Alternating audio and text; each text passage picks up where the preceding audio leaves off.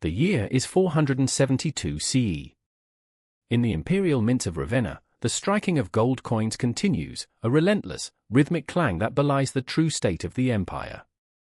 The *solidus*, once the bedrock of Roman prosperity, still gleams with the emperor's effigy, its weight and purity theoretically inviolable.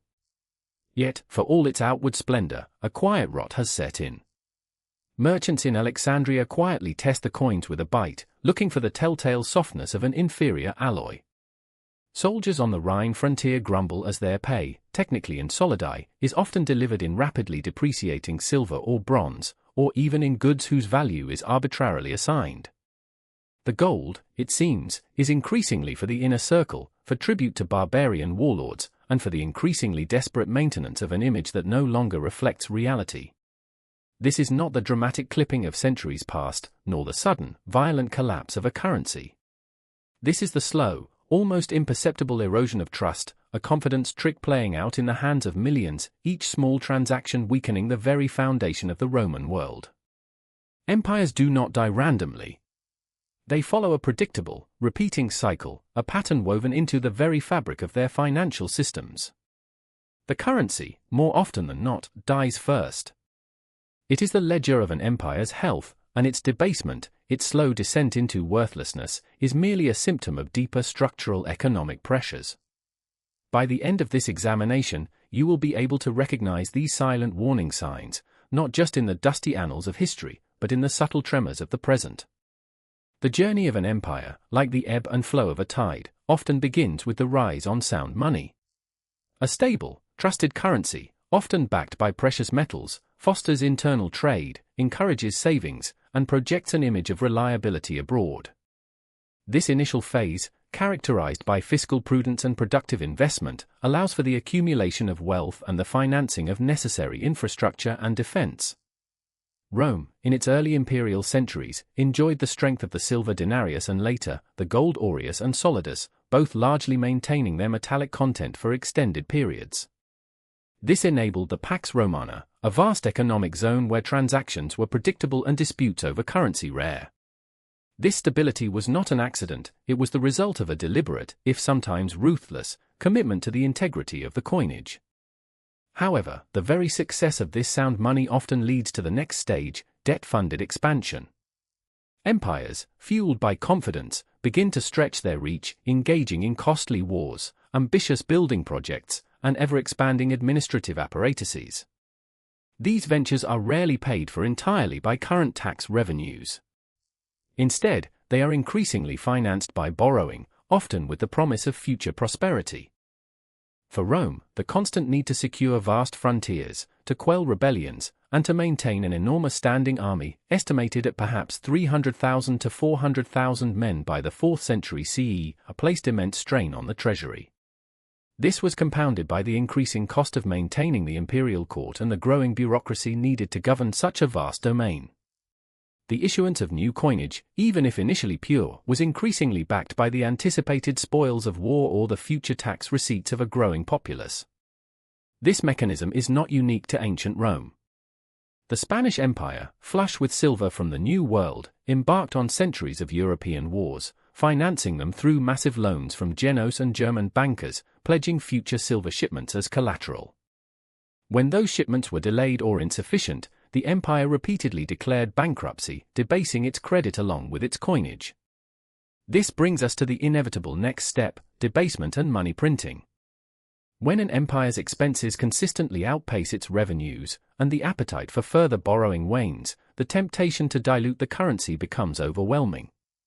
For Rome, the debasement of the silver denarius began in earnest in the 3rd century CE, with the silver content plummeting from over 50% under Septimius Severus to less than 5% under Gallienus. While the gold *solidus* was initially more resistant, its purity was eventually compromised, not always by direct alloy reduction, but by more subtle means. By the 5th century, the purity of the solidus, though still high, was increasingly a formal fiction. The sheer volume of gold required to meet the empire's obligations, particularly for military pay and tribute, often exceeded the readily available supply from mines or plunder. This forced the mint to draw upon melted-down jewelry, statuary, and hordes, constantly seeking to maintain the appearance of abundance. This is a form of money printing, albeit one constrained by a physical commodity. Today, without physical constraints, central banks can create currency digitally with little more than a keystroke, leading to similar inflationary pressures when production does not keep pace with the expanded money supply. As debasement continues, or as money supply expands without commensurate growth in real wealth, confidence erodes. The public, sensing the accelerating decline in purchasing power, begins to hoard value in other forms, land, goods, or foreign, more stable currencies. This loss of confidence marks a critical turning point. Why hold a currency that consistently loses its value when there are alternatives? For the late Roman Empire, the solidus, despite its lingering reputation, faced growing skepticism. While still used for large-scale imperial transactions, its practical utility for everyday citizens diminished as local economies increasingly reverted to barter or relied on localized, less trustworthy coinage. The Byzantine Empire, in contrast, managed to maintain the purity of its nomisma for centuries, a testament to a more disciplined fiscal policy and a vibrant trading economy. But even there, the cycle eventually took hold, with debasement accelerating from the 11th century onwards. The phenomenon is universal. Germany in the early 1920s saw its papermark become worthless, with wheelbarrows of banknotes exchanged for a loaf of bread, as public confidence evaporated entirely. The money, having lost its store of value and medium of exchange functions, ceases to be currency and becomes merely printed paper. Which empire do you think we are most like right now? Tell me below. This erosion of confidence inevitably leads to the decline of the reserve currency status. A reserve currency is one that is widely held by other nations for trade, investment, and as a store of value. It signifies global trust.